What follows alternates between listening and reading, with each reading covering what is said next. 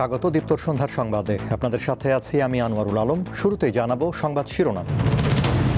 গত 24 ঘন্টায় হাম ও উপসর্গ নিয়ে আরও 2 শিশুর মৃত্যু, নতুন করে 888 শিশু হাসপাতালে ভর্তি। জনস্বার্থের প্রশ্নে সরকারকে ছাড় নয়, সোহরাওয়ার্দী উদ্যানের সম্মেলনে বললেন জামায়াতের আমির।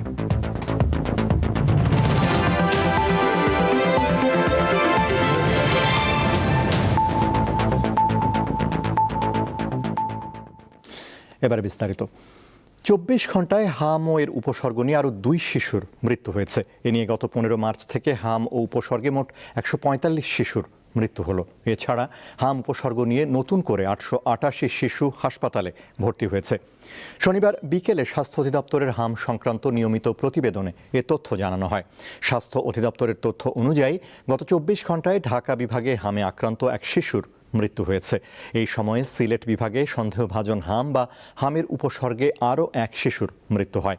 সব মিলে গত 15 মার্চ থেকে সারা দেশে মোট মৃত্যু সংখ্যা দাঁড়ালো 145। এদিকে গত 15 মার্চ থেকে আজ পর্যন্ত সারা দেশে সন্দেহভাজন হাম বা হামের উপসর্গ নিয়ে মোট 9,463 শিশু হাসপাতালে ভর্তি হয়েছে। পাশাপাশি এই সময়ে মোট 7,022 জন শিশু সুস্থ হয়ে হাসপাতাল ছেড়েছে।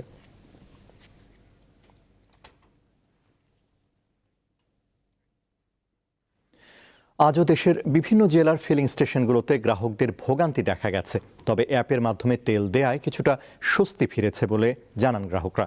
উত্তরের জেলা গাইবান্ধায় জ্বালানি তেল সরবরাহ না থাকায় বেশিরভাগ ফিলিং স্টেশন বন্ধ। যেসব ফিলিং স্টেশনে তেল দেওয়া হচ্ছে সেখানে দীর্ঘ লাইনে দাঁড়াতে হচ্ছে। বিভিন্ন ফিলিং স্টেশনে পেট্রোল অকটেন নেই উল্লেখ করে ব্যানার টাঙিয়ে রাখা হয়েছে। নওগাঁয় অ্যাপের মাধ্যমে তেল দেওয়ায় কিছুটা স্বস্তি ফিরেছে পাম্পগুলোতে। গ্রাহকদের দাবি সকল জেলার সব ফিলিং স্টেশনে অ্যাপ চালু করার। এদিকে পটুয়াখালীর কলাপাড়ায় 200 টাকা লিটার দরে পেট্রোল বিক্রির দায়ে এক ব্যবসায়ীকে 30,000 টাকা জরিমানা করেছে ভ্রাম্যমাণ আদালত।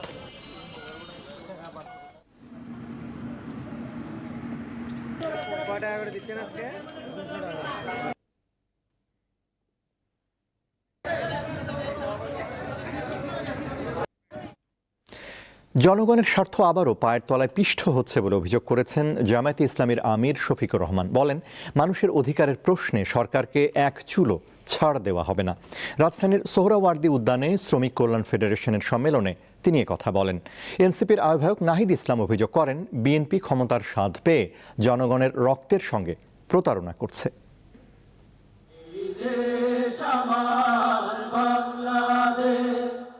রাজধানীর ঐতিহাসিক সোহরাওয়ার্দী উদ্যানে শনিবার ত্রিবার্ষিক সম্মেলনের আয়োজন করে বাংলাদেশ জামায়াতে ইসলামীর অঙ্গ সংগঠন বাংলাদেশ শ্রমিক কল্যাণ ফেডারেশন।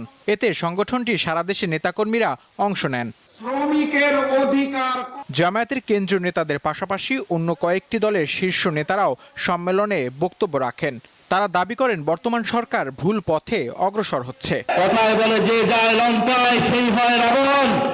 আজকে রাবণ হয়ে গিয়েছে, ক্ষমতার স্বার্থে জনগণের রক্তের কথা ভুলে গিয়েছে বর্তমান বিএনপির সরকার। এই ওয়াদা ভঙ্গের পরিণতি তাদেরকে অচিরেই ভোগ করতে হবে। শ্রমিক আন্দোলনকে, ট্রেড ইউনিয়নকে ক্ষমতায় যাবার সিঁড়ি বানিয়ে কেউ প্রধানমন্ত্রী হয়েছে, কেউ মন্ত্রী হয়েছে, শ্রমিকের ভাগ্যের বদল হয়নি। কথাবার্তা পরিষ্কার, যদি না হয় সংসদে, সমাধান হবে রাজপথে। প্রধান অতিথির বক্তব্যে জামায়াত ইসলামের আমির বলেন, শ্রমিকরা কোনো সরকারের আমলেই ন্যায্য অধিকার পায়নি, তাদের অধিকার নিশ্চিত করতে হবে। জনগণের অধিকার আবার পায়ের তলায় পিষ্ট করার পায়তারা শুরু হয়েছে। অধিকারের ব্যাপারে আমরা সরকার কিংবা যে কোনো কর্তৃপক্ষকে ইনশাআল্লাহ চুল পরিমাণ ছাড় দেব না। পরে আগামী 3 বছরের জন্য শ্রমিক কল্যাণ ফেডারেশনের নতুন কমিটি ঘোষণা করা হয়। এতে সভাপতি আতিকুর রহমান ও সাধারণ সম্পাদক নির্বাচিত হন লস্কর মোহাম্মদ তসলিম। নির্বাচিত করা হয়েছে আল্লাহ রাব্বুল আলামিনকে। নূর আলম, দীপ্ত সংবাদ, ঢাকা। সংসদে সংরক্ষিত নারী আসনে বিএনপির মনোনয়ন ফর্ম বিক্রি চলছে। নয়াপল্টনের কার্যালয়ে আজও শিক্ষক, আইনজীবী, শিল্পী ও ছাত্র দলের সাবেক নেত্রীরা মনোনয়ন ফর্ম কিনেছেন। রবিবার পর্যন্ত ফর্ম ওঠানো ও জমা দেওয়া যাবে। বিএনপির নয়াপল্টনের কেন্দ্রীয় কার্যালয়ে শনিবার সকাল 10টা থেকে দ্বিতীয় দিনের মতো সংসদের সংরক্ষিত নারী আসনের মনোনয়ন ফর্ম বিক্রি শুরু হয়। এই কার্যক্রমও চলে সন্ধ্যা 6টা পর্যন্ত। মনোনয়নপত্র সংগ্রহ করতে সারা দেশ থেকে এসেছেন বিএনপির বিভিন্ন পর্যায়ে নারী নেত্রীরা। কণ্ঠশিল্পী কনক চাপা সহ অনেকেই রয়েছেন আলোচনায়। মনোনয়ন প্রত্যাশীদের আশা, গ্রেপ্তার, নির্যাতন, নিপীড়নের শিকার সহ বিগত প্রায় 1.5 যুগে আন্দোলনে যারা ভূমিকা রেখেছেন তাদেরই বিবেচনা করবে দল। আমি আশাবাদী দল আমাকে মূল্যায়ন করবে, কারণ আমি 18 সালে নির্বাচন করেছি অনেক বিপর্যয় একটা পরিস্থিতির মধ্যে, তারপরেও আমি পিছপা হইনি। নতুন মুখের ভিড়ে আমরা যারা ত্যাগে ছিলাম, রাজপথ দখল করে আন্দোলন করেছি, সেই সকল নারীরা যেন হারিয়ে না যায়। তারা রাজপথে কাজ করেছি এবং ভবিষ্যতেও কাজ করতে চাই, দেশের সেবা করতে চাই, জনগণের সেবা করতে চাই, আমাদেরকে মূল্যায়ন করা হবে। সুযোগ পেলে নারীদের সার্বিক ক্ষমতা আয়ন, নিরাপত্তা নিশ্চিতকরণ এবং আত্মনির্ভরশীল করে গড়ে তুলতে বলিষ্ঠ ভূমিকা রাখবেন বিএনপির নারী নেত্রীরা। ফ্যামিলি কার্ড হইতে শুরু করে বিভিন্ন জায়গায় তাদেরকে পুনর্বাসন করার জন্য যে কাজের অগ্রসর হয়েছেন, আমরা তার সাথে একত্রিত হয়ে আগামী দিনে কাজ করতে চাই তার সাথে। নারীরা যেন কোথায় অবহেলিত না হয়, ওনাদের প্রাপ্য অধিকার যেন ওরা ফিরে পায়। শিক্ষা থেকে শুরু করে মহিলাদের সকল রকম যত রকম পিছিয়ে ছিল, পিছিয়ে পড়া দিনগুলি, স্বাস্থ্য খাত থেকে শুরু করে সকল কিছু আমি এগিয়ে নিয়ে যাব। দলের সিনিয়র যুগ্ম মহাসচিব রুহুল কবির রিজভী বলেন, যোগ্য ও ত্যাগী নেতাকর্মীরাই মনোনয়ন পাবেন। দলের আন্দোলন সংগ্রামে যাদের ভূমিকা রয়েছে এবং যাদের দক্ষতা রয়েছে পার্লামেন্টে কথা বলার, তাদেরকেই নিশ্চয়ই দল বাছাই করবে বলে আমার দৃঢ় বিশ্বাস। জাতীয় সংসদের 50টি সংরক্ষিত নারী আসনের মধ্যে বিএনপি জোট 36 আসন, জামায়াত জোট 13টি এবং স্বতন্ত্র প্রার্থীরা 1টি আসন পাবে। তস্তিকা সিংহ, দীপ্ত সংবাদ, ঢাকা। রাজধানীর অনেক ফুটপাতই হকারের দখলে, ফলে মূল সড়ক দিয়ে চলতে হয় পথচারীদের। এতে যান চলাচল বিঘ্নিত হয়, ঘটে দুর্ঘটনা। যানজট ও বিশৃঙ্খলা দূর করতে প্রশাসন মাঝে মাঝে উদ্যোগ নিলেও আবার তা দখল হয়ে যায়। ফুটপাত যার মালিক সাধারণ পথচারীরা, কিন্তু রাজধানীর অধিকাংশই ফুটপাত দখল করে বসে আছে ভ্রাম্যমাণ দোকান ও হকাররা। বাধ্য হয়ে সাধারণ পথচারীরা যান চলাচলের রাস্তা দিয়েই হাঁটছে। মিরপুর 10 নম্বর এলাকায় সকাল 10টা থেকেই বসে হকারদের দোকান। বিকালে পথচারীদের চলাচলের সুযোগ প্রায় বন্ধ হয়ে যায়। 10 ফুট ফুটপাতের 6 ফুট দখল করার পরও হকারদের দাবি, পথচারীদের চলাচলে কোনো অসুবিধা হয় না। এনে আল্লাহর রহমতে কোনো পথযাত্রী অন্তরে অবজেকশন দেয় না। আমরা এই যে 19 বছর ধরে এই জায়গায় দোকানদারি করতেছি, কোনো অবজেকশন নাই। আপনারা এই যে দেখেন না রোড কত ফাঁকা, কোনো সমস্যা হয় না আল্লাহর রহমতে এই জায়গায়। পথচারীরা জানার উপায় না থাকায় কষ্ট করেই চলতে হয় তাদের। বুঝতে পারছেন, এই যে দোকানপাট যেগুলো আছে সেগুলোর কারণে আজকে রাস্তা অনেক প্রায় দখল হয়ে যাচ্ছে ফুটপাতগুলো। তো সেই কারণে আজকে মানুষজন যারা হাঁটবে তারা আসলে সুস্থভাবে হাঁটতে পারছে না। এখন আমার তো ফুটপাত দিয়ে যাওয়ার মতো অবস্থা, ফুটপাত তো পুরোপুরি ব্লক করে রাখছে। ফুটপাত দিয়ে যাচ্ছে কারা, যাদের কোনো কিছু কেনাকাটার প্রয়োজন আছে বা যাদের তাড়াহুড়া নাই তারা যাচ্ছে। আর আমি তো ফুটপাত দিয়ে আমার তো যাওয়া সম্ভব না, এই জন্য আমার কি উপায়, কি রাস্তা দিয়ে তাড়াহুড়ো যাইতে হবে। ফুটপাত দখল, আমি ফুটপাতে উঠছিলাম, ওখান দিয়ে রোদ দেখে ওখানে চেষ্টা করছিলাম, কিন্তু এই দোকানপাটের কারণে রাস্তার এমনভাবে ব্লক, ওখানে আমি হাঁটতে পারি নাই। না পারার কারণে আমার কষ্ট করে রোদে হাঁটতে হচ্ছে। পরিকল্পনাবিদের মতে রাজধানীর 70% ফুটপাতই হকারদের দখলে। মাঝে মাঝে প্রশাসন দখলমুক্ত করলেও আবার তা দখল হয়ে যায়। হকাররা যারা ফুটপাতে বসেন তারাই তো আসলে মূল গল্পের একমাত্র চরিত্র না। এই গল্পে এলাকার আইন শৃঙ্খলা বাহিনীর সদস্য আছেন যারা মাসোহারা নেন, আছে এলাকার অনেক রাজনৈতিক চক্র যারা এখান থেকে রেগুলার 200-300 টাকা করে একটা ছোট ছোট স্পেস থেকে তারা টাকা নিচ্ছেন, এবং মাস শেষে দেখা যাবে যে কোটি কোটি টাকার বাণিজ্য হচ্ছে ফুটপাতের।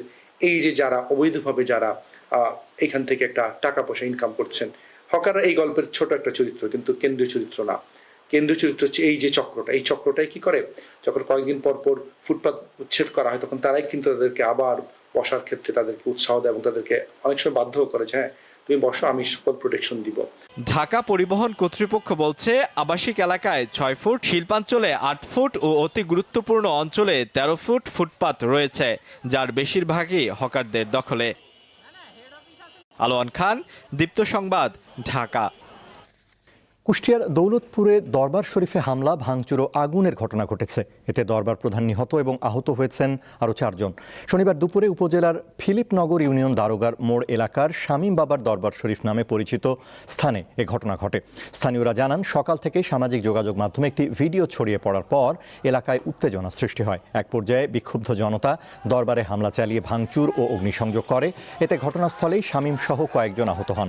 আহতদের উদ্ধার করে দৌলতপুর উপজেলা স্বাস্থ্য কমপ্লেক্সে নেওয়া হলে চিকিৎসক শামীমকে মৃত ঘোষণা করেন। পরে ঘটনাস্থলে আইনশৃঙ্খলা বাহিনীর সদস্যদের মোতায়েন করা হয়েছে।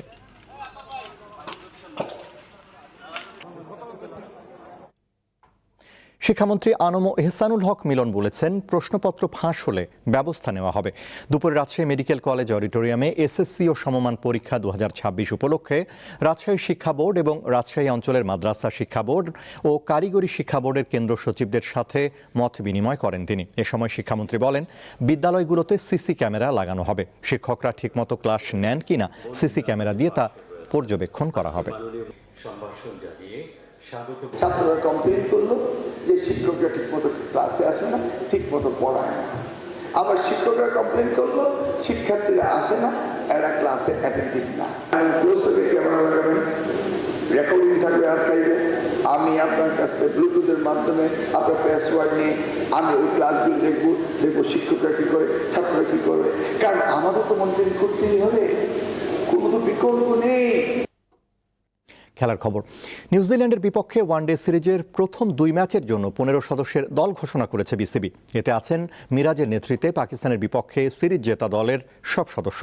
এই অবস্থায় পাকিস্তান সুপার লিগ পিএসএল থেকে ফিরতে হচ্ছে তানজিদ, মুস্তাফিজ, নাহিদ, রিশাদ ও শরীফুলকে। 17 এপ্রিল মিরপুর শেরেবাংলা স্টেডিয়ামে শুরু হচ্ছে নিউজিল্যান্ডের বিপক্ষে বাংলাদেশের ওয়ানডে সিরিজ। একই মাঠে 20 এপ্রিল দ্বিতীয় ওয়ানডে ম্যাচ দুটির জন্য শনিবার দল ঘোষণা করেছে হাবিবুল বাশারের নেতৃত্বে হাসিবুল ইসলাম শান্ত, নাইম ইসলাম ও নাদিফ চৌধুরীর নতুন নির্বাচক প্যানেল। নেই কোনো চমক। বেসিক্যালি আমরা গতবারের যে টিমটা ছিল, গত যে স্কোয়াডটা ছিল পাকিস্তানের সাথে সিরিজটায়, আমরা সেম স্কোয়াড রেখে দিয়েছি, আমরা চেঞ্জ করি নেই। ওয়ার্ল্ড কাপের আগে কোনো পরীক্ষা নিরীক্ষার মধ্যে যাবো না, এটা আমাদের সিলেকশন কমিটির একটা আমাদের মধ্যে যেইটা আলাপটা হয়েছে। দেখুন, বাংলাদেশ টিম যখন খেলবে আমাদের ফার্স্ট প্রায়োরিটি থাকে কিন্তু ম্যাচটা জেতা। সরাসরি বিশ্বকাপে অংশ নেওয়া এখন বাংলাদেশের মূল লক্ষ্য, তাই এই সিরিজ খুব গুরুত্বপূর্ণ। সেজন্য পিসিএল এর মাঝপথে ফিরতে হচ্ছে তানজিদ হাসান, মুস্তাফিজুর রহমান, নাহিদ রানা, রিশাদ হোসেন ও শরীফুল ইসলামকে। এই সিরিজটা আমাদের কাছে very important series for us. যদি এই সিরিজটা যদি আমরা পূর্ণ পণ্যে দিতে পারি, তাহলে এটা আমাদের পরবর্তী সিরিজে একটু রিল্যাক্স থাকতে পারবে। তখন আমরা হয়তো এই জিনিসগুলি একটু একটু করে দেখতে পারবো। বেশ কয়েক মাস ধরেই আলোচনায় সাকিব আল হাসান। দলের হয়ে খেলতেও চান তিনি। বিসিবির ভাবনায়ও আছেন সাকিব, বলছেন প্রধান নির্বাচক। তার সাথে কথা বলবো ডেফিনেটলি, তাকে নিয়ে আমাদের কি প্ল্যান সেটা আমরা জানাবো। আমরা কেন দলে নেই, it's not a compulsory thing যে আমাকে সবাইকে আমি জানাবো, বাট আমাদের মধ্যে এমন এটা স্বাভাবিক বিষয় হচ্ছে, যদি আমরা কোনো প্লেয়ারকে নেই অথবা কোনো প্লেয়ারকে যদি কখনো বাদ দেই, অ্যাটলিস্ট আমাদের তাদেরকে নিয়ে কী পরিকল্পনা, তাকে নিয়ে কী ভাবছে সেটা আমরা ক্লিয়ার করে দিই। 23 এপ্রিল চট্টগ্রামে হবে সিরিজের তৃতীয় ও শেষ ওয়ানডে। নিউজিল্যান্ডের বিপক্ষে 27 এপ্রিল থেকে হবে 3 ম্যাচের টি-20 সিরিজ। পারভেজ খোকন, দীপ্ত স্পোর্টস।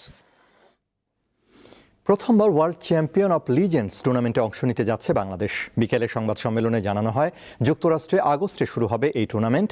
তৃতীয়বার মাঠে গড়াচ্ছে world champion of legend tournament. Bharat, Pakistan, New Zealand, দক্ষিণ আফ্রিকা, অস্ট্রেলিয়া, ওয়েস্ট ইন্ডিজের সাথে খেলবে বাংলাদেশ।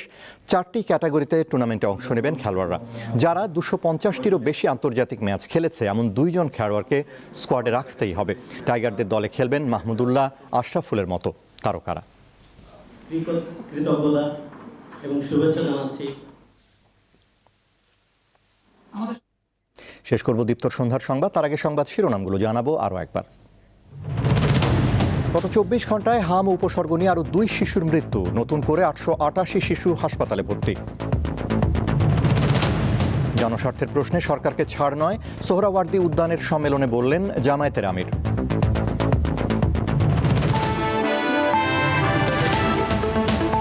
এই ছিল এখনকার মতো। আমাদের পরবর্তী দীপ্ত সংবাদ রাত 11টায় দেখার আমন্ত্রণ। এছাড়া আরও তথ্য বিনোদনের খবর পেতে যুক্ত থাকুন দীপ্তর ডিজিটাল প্ল্যাটফর্মগুলোতে। ধন্যবাদ।